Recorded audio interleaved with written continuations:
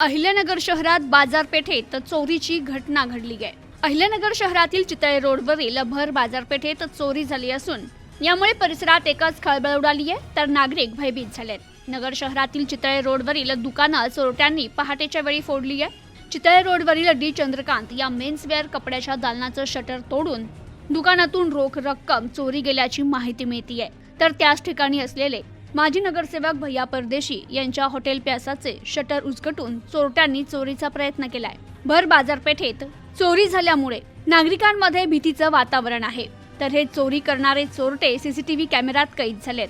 तर या चोरीच्या घटनेची माहिती मिळताच तोफखाना पोलीस घटनास्थळी दाखल झाले असून त्यांनी संबंधित दुकानांची पाहणी केली आहे। खरे तर नगर शहरात चितळे रोडवर जिथे चोरीची घटना घडली तिथून हकेच्या अंतरावरच पोलीस चौकी आहे, मात्र तरी देखील अशा ठिकाणी चोरटे चोरी करण्याचं धाडस करत पोलिसांना आव्हान देत आहेत। तर नगर शहरात पोलिसांचे गस्त घालण्याचं प्रमाण कमी झाल्याने दिवसेंदिवस चोरीच्या घटनांमध्ये मोठी वाढ होत असल्याचं बोललं जातंय।